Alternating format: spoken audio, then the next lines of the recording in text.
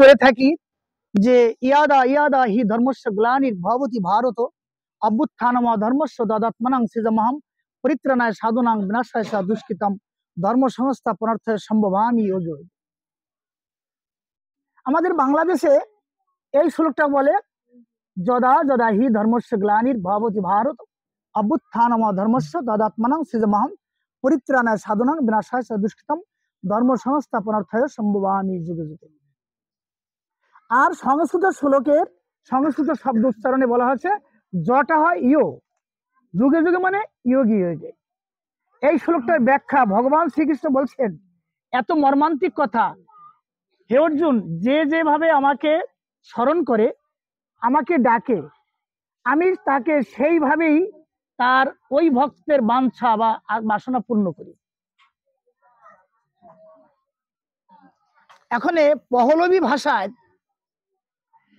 রাজবাড়ির একটা যুবককে দেখে একটা বিড়ালি, হরি বলো, বসো দাদু,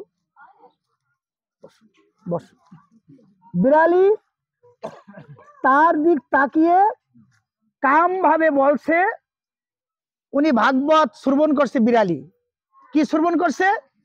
যে ভগবানকে ডাকলে তার মনের বাসনা পূর্ণ করেন এবং তিনি অঘটনও ঘটাইতে পারেন। বিড়ালি একটা সান্ত্বনা পেয়ে যে আমি যদি প্রার্থনা করি তাহলে তো আমি এই যুবকের সাথে বিয়ে বসতে পারবো, তার কাম ভাবের উদয় হয়েছে। বিড়ালি হলো ইতর প্রাণী, উনি তো পশু প্রাণীর মধ্য নয়। আর ওই যুবক ছেলে হচ্ছে মানব জাতি। হরে কৃষ্ণ, নিতাই গৌর হরি বলেন। উনি বনে গিয়ে ঊর্ধ্বপদ নিম্ন গতিতে মাথা দিয়ে আপ্রদিত দেবীকে ডাকছে, মানে কাম দেবীর নাম হলো পহলবী ভাষায় আপ্রদিত দেবী। হরে কৃষ্ণ, দেখে দেখে বলছে তাকে, তার ওই ভাষায় ডাকছে। ডাকতে ডাকতে এক সময় এই আপ্রদিত দেবীর আসর টলে গেছে। এই গল্পগুলো কিন্তু পঞ্চতন্ত্র থেকে সংগৃহীত। পঞ্চতন্ত্রটা সংগ্রহ লিখেছেন ডক্টর মোহাম্মদ শহীদুল্লাহ, যিনি 21টি ভাষায় পণ্ডিত ছিলেন।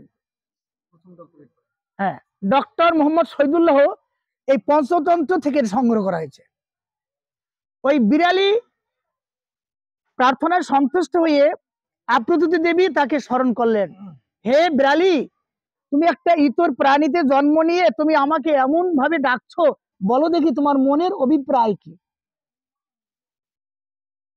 উনি বললেন যে এই বাড়িতে একটা যুবক আছে, এমন ভাবে তাকে দেখে আমার খুব ভালো লাগে, আমাকে এমন এক সুন্দরী কন্যা করে দিতে হবে যাতে গ্রামবাসী দেখে আমাকে তার সাথে কি শুভ পরিণয় বা বিবাহে আবদ্ধ করে দেয়। এই প্রার্থনার জন্য আপনাকে ডাকছি। তাহলে বলা হলো যে যথামাং কি প্রবাদন্তে তাং স্থাতে ভজন ভাম। এই ভজনটা কি কৃষ্ণ সেবার জন্য? ভগবান কত সুন্দর কথা বলছেন, আর এই সুন্দর কথাটাকে যত মত তত পথের মধ্যে নিচ্ছে ঢুকিয়ে। সেদিন আমার এই হোমিও দোকানে মালিকগ্রাম বসে মহারাজজির সাথে আলোচনা হলো, ঘন্টাখানিক উনি সময় দিয়েছিলেন। ঘটনাটা কি? এ কি গীতা পাঠ করে এরকম বুঝে কেন? এই সমাজের লোক এখন তো শিক্ষিত হয়েছে, এখন তো অনেক জায়গায় গীতার 700 শ্লোক অনেকে বলতে পারেন। হরে কৃষ্ণ, ওই কয়টাই কি বলছে ভগবান যে যথামাং প্রবাদন্তে তাং স্থাতিব ভজম মহম মম বর্তন্তে মনুষ্য পর্ত সর্বসা। আমাকে যেভাবে ডাকবে আমি সেভাবে দেখা দেবো। আচ্ছা, বিড়ালি তারপর দিন সকালবেলা দেখলো বনের মধ্যে একটা সুন্দরী কন্যা হয়ে গেছে। সবাই দেখে কন্যাটা কোথা থেকে আসলো? আরে ভাই দেখো, এই বাড়ির ছেলে আর এই মেয়েটা যে মিশে, ভগবানের কৃপা মেশা হয়ে গেল, বিবাহ হয়ে গেল, শুভ পরিণয় হয়ে গেল বাসর ঘরের মধ্যে একটা 11 টাওয়ারে। অর্থাৎ একটা যুবক যুবতী যখন নাকি বাসর ঘর করে, যুবক এবং যুবতীর যে কামিক ভাবের কামনা বাসনা উত্তীর্ণ হয়, তখন সেই পূর্ণ পরিবেশের সময় আপ্রদিত দেবী কি করলেন? একটা ইঁদুর ওই ছেড়ে দিলেন ওই বাসর ঘরের মাঝে। ইঁদুরটা কিসমিস কিসমিস করে এরকম করে হাঁটছে। এই সেই যুবক সেই স্বামীর কোল ত্যাগ করে সেই বিড়ালি থেকে যে জন্ম নিয়েছে মানব কোলে সাধনার বলে উনি ওই ইঁদুর ধরতে যাচ্ছে। হরে কৃষ্ণ। তখন ওই চিৎকার করে সেই যুবক বলছে, ওগো দেবী, তোমার কি লীলা আমি তো বুঝতে পারছি না। জগতে নরলোকে এই যে নরনারীর যে মিলন, নরনারীর যে একটা বাসর ঘর, তার মধ্যে একটা ইঁদুর ধরতে গেছে আমার নববিবাহিতা স্ত্রী, এর কারণটা কি? তুমি কৃপা করে একবার বলো। বলছে কি, হে পুরুষ, হে যুবক, হে যুবরাজ, তুমি কখনো ভীত হইও না, তোমার সামনে আরো শুভ সংবাদ আছে, একটু ধৈর্য ধরো। কারণ এই বিড়ালি ছিল তোমার এই বাড়ির বিড়ালি। এই বিড়ালি থেকে এখানে আমাকে সন্তুষ্ট করে, আমাকে প্রার্থনা করে বিড়ালি থেকে একটা সুন্দরী যুবতী কুলে জন্ম নিয়েছে। তার আকৃতি পরিবর্তন হয়েছে, কিন্তু তার প্রকৃতি বা স্বভাব পরিবর্তন হয়েছে কিনা এটা আমার পরীক্ষা ছিল। আমি পুনর্বিলালো ভবন, পুনর্মুষিকা ভবন একটা আছে, এর পুনর্বিলালো ভবন আমি আবার জল ছিটিয়ে দিলাম, ও বিড়াল হয়ে তোমাদের পরিবারে চলে গেল। কিন্তু তোমার একটা অভিনয় ছিল, এরপরে তুমি ওই জায়গার ওই রাজার রাজকন্যা, তোমার সাথে বিয়ে হবে, তুমি ধৈর্য ধরো। তুমি এটা কখনো ভীত হইয়া তুমি অ্যাক্সিডেন্ট বা কোনো দুর্ঘটনা ঘটাইও না। তাহলে এখন যে যথামক প্রবাদন্তে বিড়ালি সাধনা করছে, আপনি যদি দেবীকে কাম ভাব নিয়ে কাম জগতে গেছে, সে ডাকলেই কি ভগবানকে পেল? এখানে ভগবান কখনো দেখা দেবে না। যতদিন পর্যন্ত ভগবানের সেই শ্রীপাদ পদে সেই অনাদির আদি গোবিন্দকে স্মরণ না করিব, ততদিন পর্যন্ত আমার কৃপা হতে পারে না। তাই গৌর হইব। দিদি এত দেরি হয়েছে কেন? আজকে ক্লাসে কেন দেরিতে? সিলেবাস স্যারের ঘটনা।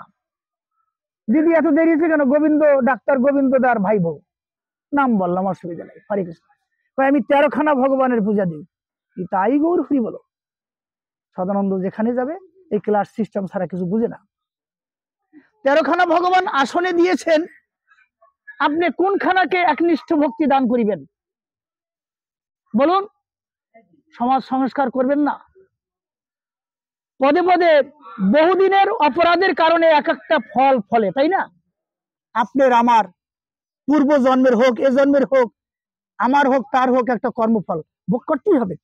কর্মমূলহি ভগবান, ভগবান মূলাধার তত্ত্বে কর্মফল দান করবেনই।